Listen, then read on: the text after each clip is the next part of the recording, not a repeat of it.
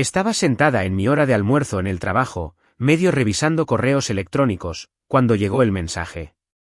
Era de mi padre. La pantalla se iluminó con un único mensaje: hemos decidido cortar lazos. No aparezcas en ningún sitio, nunca. 5 minutos después, mi hermana le dio me gusta al mensaje. Sin contexto. Sin advertencia, solo una frase que ponía fin a décadas de lazos familiares, como si fuera una confirmación de asistencia a un chat grupal. Recuerdo haber mirado fijamente la pantalla, ni siquiera sorprendida ya. Con los puños cansados, respondí sin emoción: mañana quitaré mi nombre de todos los préstamos. Y ahí es cuando la mecha llegó a la dinamita. A medianoche, el chat grupal familiar estaba inundado de notificaciones, todo en mayúsculas, frases a medias, culpas rebotando entre mis padres como si fuera un retorcido deporte de equipo. Mi madre gritaba virtualmente sobre cómo los estaba abandonando. Mi padre no paraba de escribir que estaba siendo manipuladora y cruel. Y mi hermana, a quien siempre le había gustado el drama, empezó a provocarme con verdades a medias y recuerdos distorsionados, como si esto fuera la escuela secundaria y ella fuera la reina de la cafetería de nuevo. Pero ninguno de ellos mencionó el problema real. Ninguno de ellos sacó a colación la parte en la que, durante los últimos 4 años, he estado asumiendo silenciosamente su deuda financiera, el préstamo del negocio familiar que mi padre ya había incumplido una vez bajo mi nombre, el segundo coche el que mi madre dijo que necesitaba solo hasta que su crédito mejorara, los servicios públicos y las reparaciones de la casa que no podían pagar porque estaban invirtiendo en el futuro. Yo otra vez.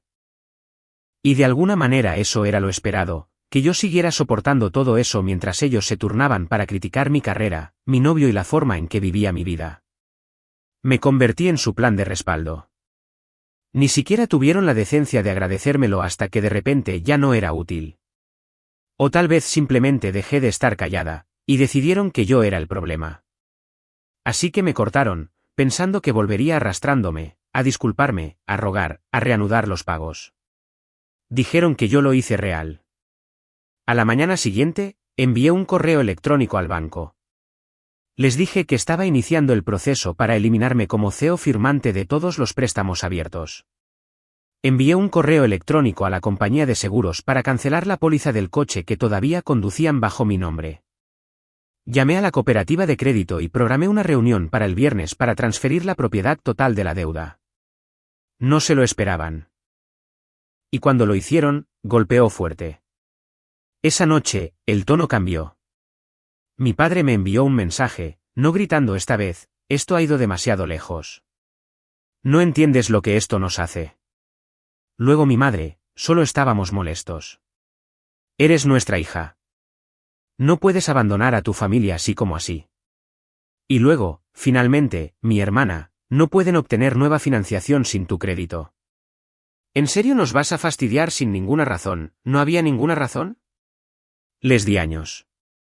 Les di redes de seguridad financieras y los saqué de problema tras problema.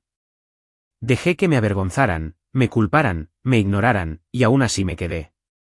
Y en el momento en que pedí un poco de respeto básico, dejaron claro que solo era tan valiosa como mi puntaje FICO. Esto no se trataba de la familia. Se trataba de acceso. Acceso a mi dinero, mi nombre, mi silencio. Pero las cerraduras fueron cambiadas. Ya no iba a ser el chivo expiatorio familiar y el cajero automático. Ellos hicieron el primer movimiento. Yo solo terminé lo que ellos empezaron. Mañana, terminaría el papeleo con el banco, y después de eso, podrían resolver su lío sin mí. Eligieron cortar lazos. Así que, prendí fuego al puente detrás de mí. A la mañana siguiente, entré en el banco como si lo hubiera ensayado en mi cabeza. No me inmuté cuando el oficial de crédito arqueó las cejas ante la lista de cuentas de las que quería que se eliminara mi nombre. Había traído todos los documentos, cada línea de firma resaltada. Había pasado la noche anterior reuniéndolo todo mientras mi teléfono vibraba en la mesa con nuevos mensajes. Mi madre intentó la culpa. Mi padre intentó la lógica. Mi hermana, como era previsible, intentó la burla. Pero había dejado de leer.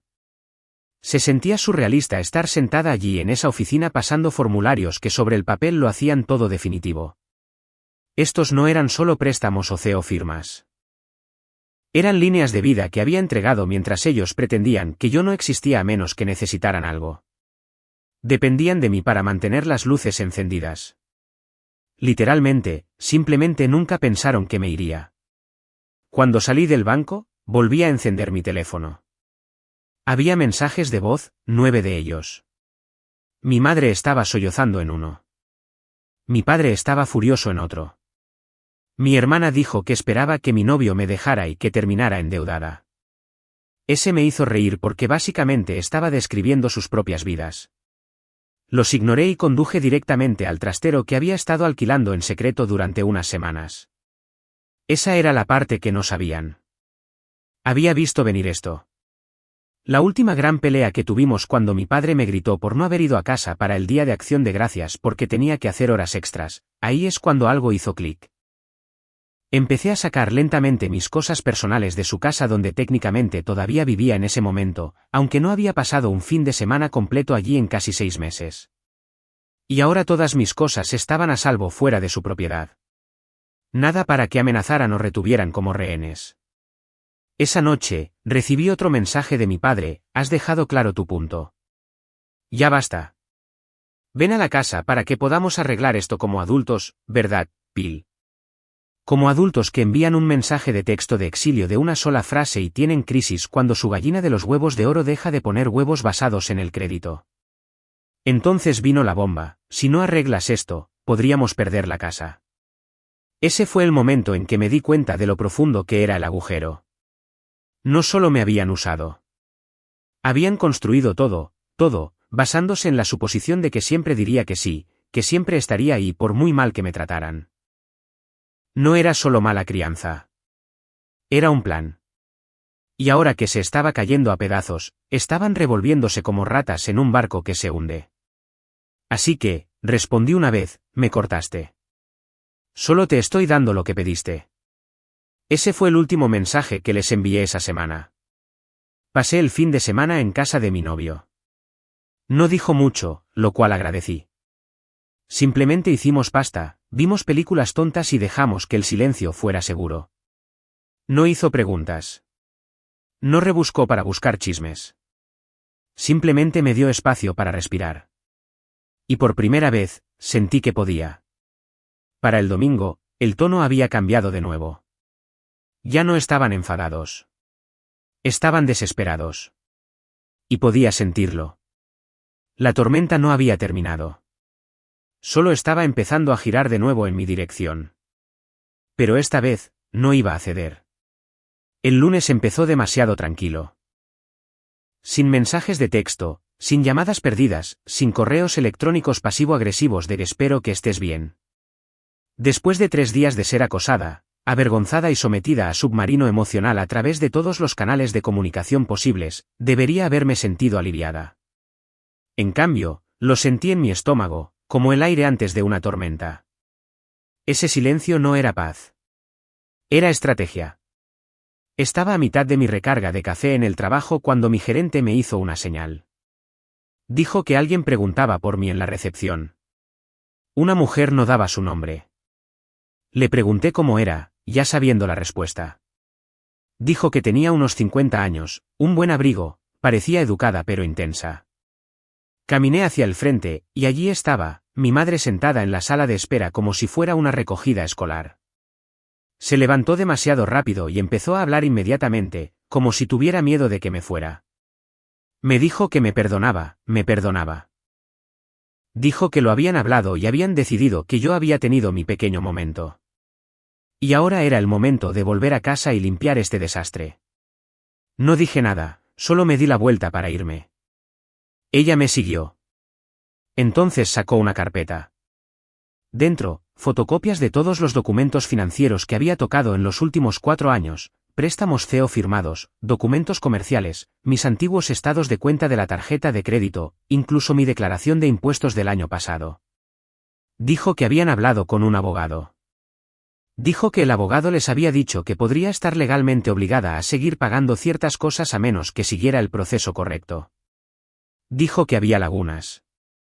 Dijo que podían hacer las cosas muy difíciles si no cooperaba. Ni siquiera pregunté cómo había conseguido esos papeles. Pasé de largo por delante de ella y volví a mi escritorio como si no estuviera allí. Mi gerente me miró, pero no dijo nada. Me conecté, saqué mis cuentas bancarias y empecé a cambiar las contraseñas. Pero empeoró. Esa noche, me quedé en casa de mi novio de nuevo. Él vivía en un complejo tranquilo a las afueras de la ciudad, en ningún lugar cerca de mi familia. No había forma de que supieran la dirección. O eso pensaba. A las 7:30 de la mañana siguiente, llamaron a la puerta. ¿Quién era? Mi hermana, con el pelo rizado, maquillada, con una sonrisa falsa, una cara que reservaba para cuando intentaba manipular a alguien para que hiciera algo de lo que se arrepentiría. Mi novio abrió. Ella pidió hablar conmigo a solas. Yo dije que no. Así que, se quedó allí en la puerta y empezó a hablar como si estuviéramos en un brunch. Dijo que estaba siendo inmadura, que no entendía cuánta presión estaban soportando mamá y papá, que los cobradores habían empezado a llamar a la casa, que la tarjeta de crédito del negocio estaba congelada, que ni siquiera podían conseguir comida porque la cuenta conjunta que había cerrado era esencial. Dijo que estaba dispuesta a dejar atrás lo pasado si tan solo llamaba al banco y CEO firmaba una vez más, solo para un préstamo puente, solo para ayudarles a superar el mes. Le pregunté cómo me había encontrado. Dijo que era fácil. Había etiquetado a mi novio en una foto una vez. Ella simplemente revisó su lista de amigos, siguió las migajas de pan, encontró el edificio. Ahí es cuando me di cuenta de que los había subestimado de nuevo. No solo estaban siendo desesperados. Estaban siendo deliberados. Ella dijo, ¿crees que él se quedará cuando vea el desastre que has dejado atrás? Eso lo hizo. Le dije que se fuera. Él intentó seguir hablando. Le cerré la puerta en la cara. Luego abrí mi portátil y eliminé los últimos enlaces que tenían conmigo. Cerré la línea de crédito conjunta por completo. Solo la había dejado abierta con un saldo cero por lástima. Congelé el perfil comercial compartido con el contable. Incluso perdoné el saldo pendiente de un pequeño préstamo personal que les había hecho el año pasado solo para que nunca pudieran usarlo como excusa para contactarme de nuevo. No les quedaba nada con lo que amenazarme. Ni influencia, ni ganchos. Esa noche, le conté todo a mi novio, los años de deuda, la manipulación, la forma en que habían moldeado toda su vida en torno a drenarme como un recurso en lugar de criarme como una hija. Escuchó, luego dijo que estaba orgulloso de mí, no por enfrentarme a ellos, sino por finalmente elegirme a mí misma. Al día siguiente, recibí un correo electrónico de su abogado. No una amenaza real, solo suficiente jerga legal para sonar aterrador. Pero el banco ya lo había confirmado. Mi nombre había desaparecido. Mis cuentas estaban protegidas. No había nada que pudieran hacer. Así que, escribí de vuelta una frase, no habrá más contacto, sin emoción, sin explicación, solo un límite. Pensaron que no sobreviviría sin ellos. No tenían ni idea de que lo había estado haciendo sola todo el tiempo. No, iba a empezar a vivir de verdad. Y quería que lo vieran. Pasó una semana sin contacto, luego otra. Debería haberse sentido como paz, como finalmente llegar a la orilla después de años de nadar contracorriente. Pero no fue así. No completamente. El silencio era demasiado preciso, demasiado calculado, como si no hubieran terminado. Solo se estaban reagrupando detrás de la cortina. Y entonces empezó de nuevo. No de ellos directamente, por supuesto. Eso habría sido demasiado obvio. El primer mensaje vino de un primo con el que no hablaba desde hacía años. Dijo que había oído de mi madre que había tenido una crisis nerviosa y había abandonado a la familia de repente, que estaban profundamente preocupados y solo querían que volviera a casa. Terminó con, dicen que no estás bien. ¿Hay alguien con quien puedas hablar? Ese me hizo reír a carcajadas. De todas las formas en que podrían haber retorcido la historia, se habían decantado por el ángulo de la hija inestable. 2 días después, una mujer de mi iglesia cuando era niña me envió un mensaje de la nada. Dijo que se encontró con mi padre en un supermercado y que parecía delgado y triste. Dijo que le había contado que los había bloqueado y que había cortado todo contacto y que eso les estaba rompiendo el corazón. Terminó con, pase lo que pase, tal vez solo llama. Son tus padres. No respondí a ninguno de los dos. Pero empecé a notar algo más. Cuanto más tiempo permanecía lejos, mejor empezaba a sentirme. Por primera vez en años, podía ver mi cheque de pago durar hasta el final del mes. No más peticiones aleatorias de facturas de emergencia o transferencias rápidas. No más drenajes repentinos de cuentas conjuntas o actividad sospechosa en tarjetas compartidas. No más llamadas sobre pagos atrasados de los que nunca supe que era responsable.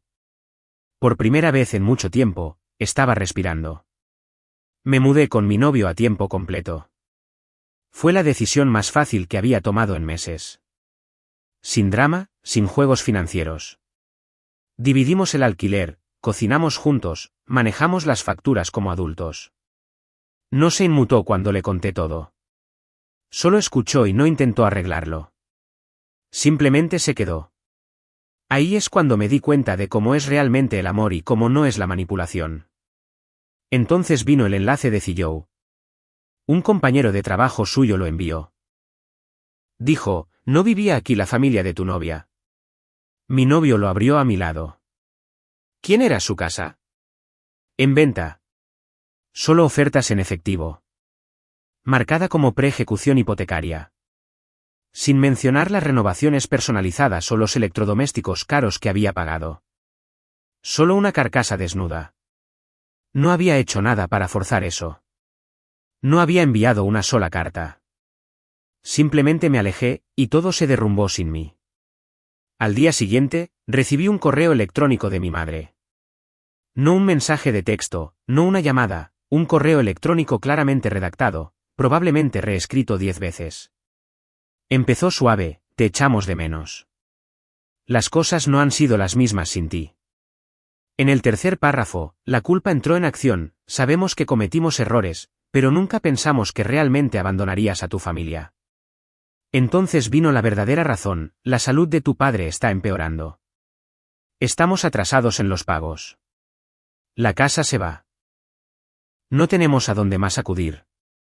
Y finalmente, la súplica, sé que dijiste que has terminado, pero siempre has tenido un gran corazón. Siempre nos has cuidado. Tal vez puedas reconsiderarlo. Solo esta vez. Lo era. No se estaban poniendo en contacto porque hubieran cambiado. Se estaban poniendo en contacto porque yo había dejado de interpretar el papel que habían escrito para mí. No hija, no familia, proveedora. No respondí.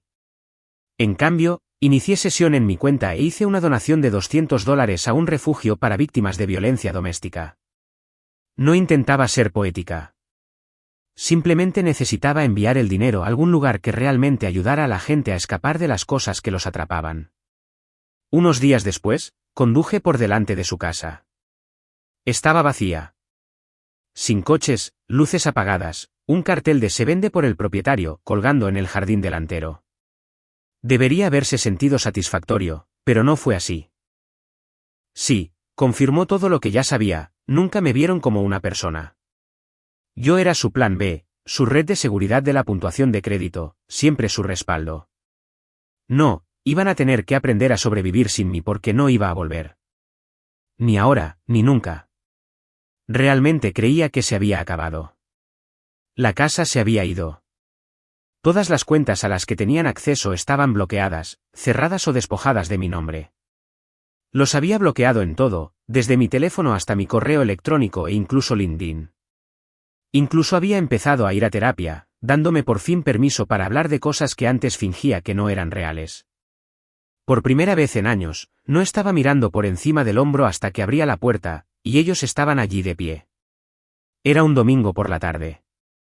Mi novio y yo acabábamos de regresar de un viaje rápido de fin de semana, una pequeña escapada por la costa. Sin itinerario, sin drama. Estábamos desempaquetando la compra cuando vi el coche aparcado al otro lado de la calle como una furgoneta de vigilancia, el viejo sedán negro de mi padre, aquel en el que le había ayudado a arreglar el alternador el año pasado cuando dijo que no podía permitirse un mecánico. Me congelé. Estaban simplemente sentados allí, con el motor apagado, las ventanas subidas, observando. No salí allí. No saludé. Volví a entrar y me senté como si un peso acabara de volver a caer sobre mi pecho. 15 minutos después, una llamada. No respondí. Así que, llamaron una y otra vez hasta que finalmente abrí la puerta. Llevaban una caja de cartón.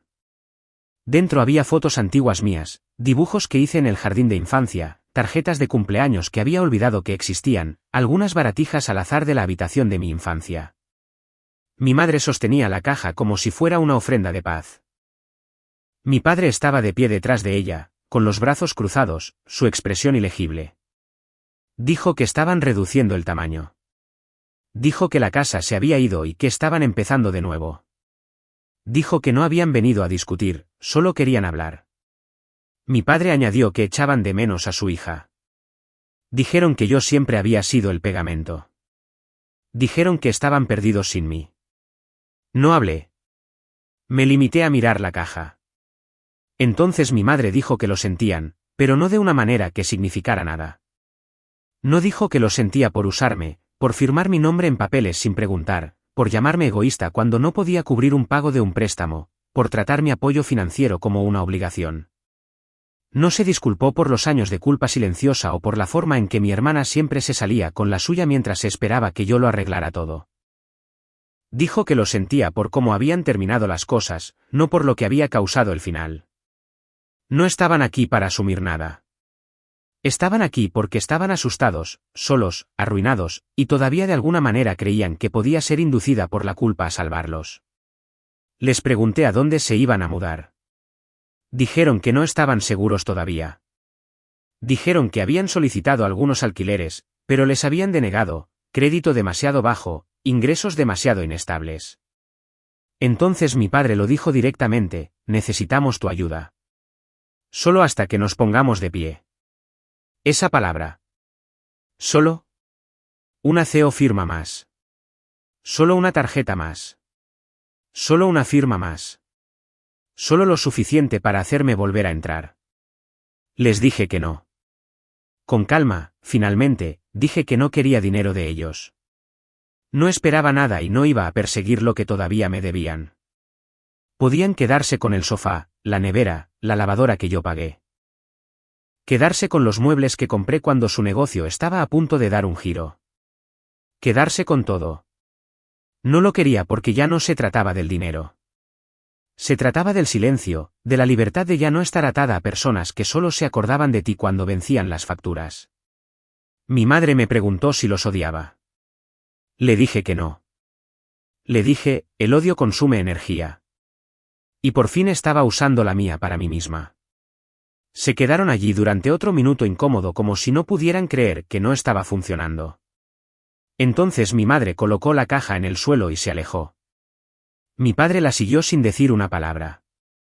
Dejé la caja fuera durante 2 días.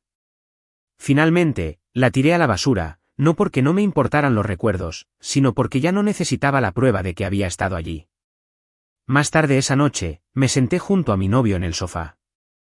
Ni siquiera hablamos mucho de ello.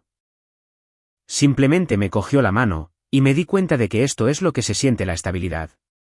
Sin manipulación, sin peticiones repentinas, sin dobles significados, solo paz.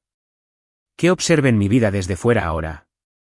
Que vean cómo es cuando ya no soy el pegamento que mantiene unidas a personas rotas. Ya no era su solución. Por fin me estaba convirtiendo en la mía. Nunca más supe de ellos. No de una manera que importara. Pasaron algunos meses, y el silencio se hizo normal. Dejé de revisar las viejas cuentas de correo electrónico. Dejé de esperar que los números bloqueados fueran de ellos. Dejé de repasar viejas conversaciones en mi cabeza. Era como si hubiera dejado un país en el que una vez viví y de repente me diera cuenta de que nunca quería volver. Pero aún así, de vez en cuando me llegaba un mensaje. No de ellos, nunca directamente, sino de las grietas en el círculo social que solían frecuentar. Un primo lejano me envió un mensaje de la nada preguntándome si podía hablar con mis padres porque lo estaban pasando mal. Un viejo amigo de la familia me etiquetó en un comentario de Facebook sobre la gracia y el perdón, claramente buscando una respuesta. Nunca les di una. Entonces empecé a escuchar los detalles. Se mudaron de la casa antes de que el banco pudiera embargarla. Mi padre consiguió un trabajo a tiempo parcial haciendo entregas. Mi madre empezó a cuidar niños por dinero en efectivo sin declarar. Mi hermana, que una vez dijo que yo era demasiado estirada para vivir una vida real, vivía de nuevo en su estrecho apartamento, desempleada, culpando a todos menos a sí misma. Alguien me dijo que intentaron empezar un nuevo negocio. Fracasó en 2 meses. Sin crédito, sin respaldo, sin nadie a quien engañar. Yo era irreconocible de la persona que conocían. Por fin había pagado mi último trozo de deuda, el que había cargado en silencio desde mis 20 años porque prometieron que me ayudarían, luego fingieron no recordarlo. Desaparecido. Me ascendieron de nuevo, un título real, una esquina de la oficina con ventanas de verdad y un equipo que dependía de mí. Empecé a ir a terapia con regularidad. No hablaba de venganza. Hablaba de límites, de lo extraño que era crecer pensando que el amor significaba sacrificio, de lo aterrador que era alejarse cuando te han entrenado toda la vida para quedarte.